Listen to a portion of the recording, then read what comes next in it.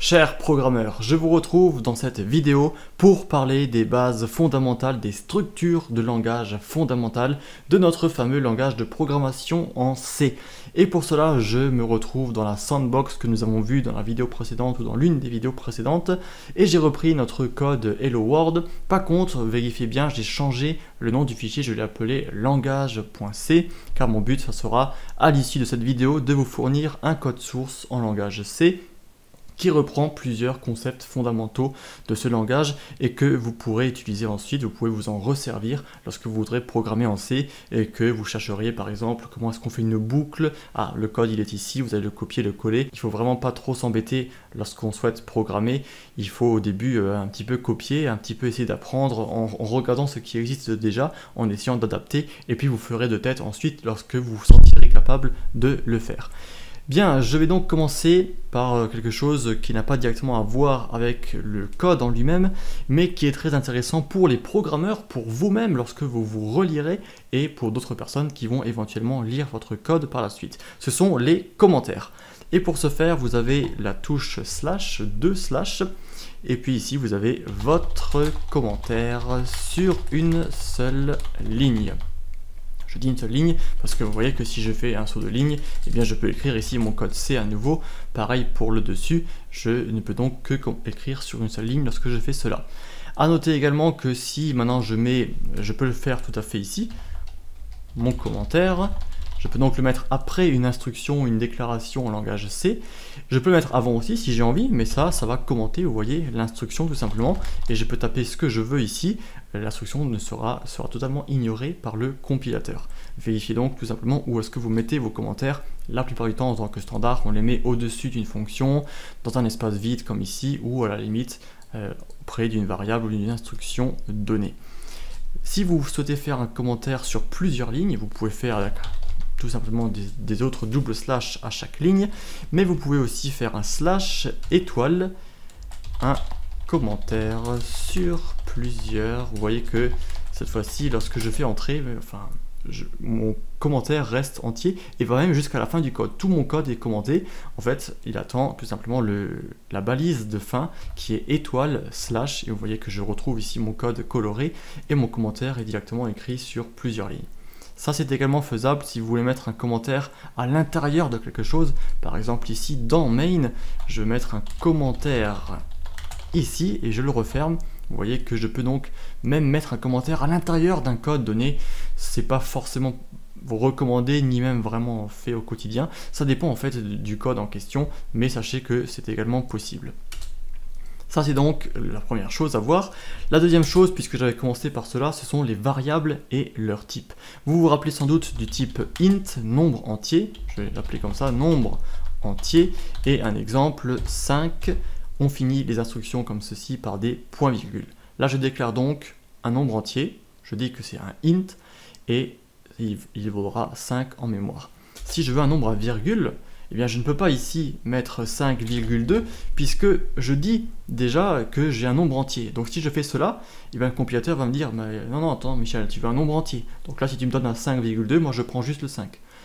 Et à ce propos, ce n'est pas une virgule que l'on utilise en programmation, mais c'est un point qui fera office de virgule. Vous voyez que là, j'ai quelque chose qui est correct au niveau de la coloration syntaxique. Si je veux donc un nombre à virgule, eh bien on a float, ce sont des flottants, la virgule qui flotte en fait. Et donc nombre, je vais l'appeler comme ça, à virgule égale 5,2. Cette fois-ci ça fonctionne, on peut très bien le faire ainsi. On a également, alors il y a plusieurs autres types en fonction de ce que vous voulez faire. La plupart du temps, je vous le cache pas, on utilise souvent un int par défaut. Il faut savoir que chaque variable, notamment les nombres, ont des valeurs plus ou moins grandes que vous pouvez utiliser. Je vais vous mettre un petit tableau récapitulatif. Vous avez en fait les shorts qui sont des nombres plus raccourcis, plus faibles, par exemple entre 0 à 200, si vous n'avez vraiment pas beaucoup de nombres différents, eh bien vous pouvez faire une variable short, ça prendra un petit peu moins de place en mémoire, c'est une optimisation bien sûr, mais ce n'est pas absolument fou. A l'inverse, vous avez double pour faire des nombres beaucoup plus gros, et vous avez les unsigned que vous pouvez mettre avant un int, un float, un short ou peu importe, qui va dire que vous ne prenez pas les nombres négatifs. Car jusque là, on peut très bien mettre un moins 5,2, un moins 5, et basez-vous bien sur le tableau que je vous donne pour justement voir jusqu'où vous pouvez aller au niveau des valeurs, et tout dépendra de ça en fait. Si jamais vous voulez faire un calcul avec une grosse précision, un calcul qui donne des sommes assez énormes, eh bien vous devriez prendre bien sûr des types de variables en conséquence. Et je crois bien qu'on raconte souvent qu'il y avait eu un bug avec Boeing, je crois, ou un avion comme ça, qui faisait que d'incrémenter une variable, c'était un int ou quelque chose comme ça. Et lorsqu'il dépassait les 4 milliards et quelques, eh bien ce qui se produit, c'est que, vous vous souvenez sûrement de la vidéo précédente où je vous avais dit que lorsqu'on incrémente binaire, les nombres binaires, on arrive par exemple de 11 à 100, de 111 à 1000, etc. Mais du coup, si votre int dépasse le cadre, le 1 il ira au-dessus et vous retomberez à 0. Ça veut dire qu'à un moment donné, lorsque vous passerez pour les int à 4 milliards et quelques, et que vous rajoutez encore un alors que vous êtes à la limite du type en question, eh bien ça retombera à 0 et ça rebouclera ensuite. Et je crois qu'il y avait eu un gros problème avec ça parce que l'avion, tout d'un coup, il avait son truc qui était passé à 0. Vous vous en doutez que c'est un petit peu problème lorsque on transporte des passagers. Bref, je referme la parenthèse. Le unsigned, c'est donc un non signé tout simplement, où cette fois-ci, au lieu d'avoir une intervalle, on va dire, mise au milieu par rapport au nombre négatif et au nombre positif, et bien cette fois-ci, on mettra toute la place pour les nombres négatifs, on la rajoutera au nombre positif, et donc on aura des valeurs plus grandes du point de vue positif. Je passe donc à l'autre type, l'un des types fondamentaux du langage C, c'est char pour caractère en anglais, caractère, et celui-ci par exemple, je vais mettre A, et on le note avec un guillemet simple avant et après le caractère. Notez bien ici que c'est un seul caractère. Si je mets un A, B, C, ce n'est plus un caractère, ici c'est une chaîne de caractères. Je mets donc uniquement un seul caractère lorsque j'ai une variable char. J'en profite également pour vous parler d'autre chose par rapport à ces variables, peu importe leur type. On peut très bien dire char, carac, voilà, point virgule, ça veut dire que on déclare un caractère, mais on ne dit pas explicitement lequel. Le système fonctionnera très bien ainsi, il dira juste qu'il réserve une place en mémoire pour un caractère. C'est pour cela justement que vous avez les bornes inférieures et supérieures, comme ça le système saura que ça sera réservé pour une telle ou telle variable, et après il s'en moque un petit peu de ce qu'il y a dedans. Je peux ensuite faire carac, je ne vais pas le redéclarer, mais je vais simplement l'appeler avec carac, puisqu'il est déjà déclaré ici, je dis carac égale B. Tout comme tout cela, comme je les ai déjà déclarés avec un int, float, etc., je peux maintenant dire mon nombre à virgule que j'ai vu précédemment. Vous voyez que l'éditeur me le propose même. Je peux appuyer sur Tab pour auto-compléter et je peux le changer puisque c'est une variable. Je peux donc mettre cette fois-ci 5,4. Voilà donc comment on pourra utiliser nos variables dans le code. Autre chose importante à présent, puisqu'on parle justement de chaîne de caractères, par exemple pour notre printf ici, vous voyez qu'on a une chaîne de caractères avec des doubles guillemets, c'est là où on fait la différence entre un caractère et une chaîne de caractères. Et bien comment fait-on pour déclarer un type chaîne de caractères? Je vous le dis directement maintenant parce que c'est assez important, et forcément nous en tant que programmeurs, on va souvent utiliser des chaînes de caractères dans nos programmes. Et bien le problème c'est que notre type char ne permet pas de faire des chaînes de caractères comme je l'ai dit, mais on peut faire un tableau de caractères tout simplement. On va dire, on a le caractère, par exemple ici on a un H, un caractère H, un caractère E, un caractère L, et on fait un tableau. Tout à fait possible, on fait donc char, chaîne, je vais l'appeler chaîne par exemple, et on met un tableau avec les crochets comme ceci, et on dit cette fois-ci hello world. Je peux donc faire mon tableau, je peux également mettre mon caractère spécial puisqu'il passera très bien ainsi, c'est un caractère comme un autre en fin de compte pour le système. Ça c'est une chaîne de caractères, comment on déclare une chaîne de caractères, et je pourrais très bien maintenant imaginer que je souhaite afficher cette variable dans mon printf, aucun problème, je vais enlever ce qu'on a là puisqu'on vient de le mettre dans chaîne, et par contre je ne peux pas mettre ici chaîne, ni même chaîne avec les crochets puisque j'ai mes guillemets, donc là je vais écrire la chaîne de caractères, chaîne, etc. Je vais donc devoir les enlever. Si je les enlève comme ça, a priori ça serait pas trop mal, à cela près déjà que c'est comme avec la déclaration comme on a vu ici, où l'on déclare d'abord le type, après on utilise juste le nom de la variable. Donc ici j'aurais pu chaîne avec mon crochet de tableau, j'aurai juste chaîne.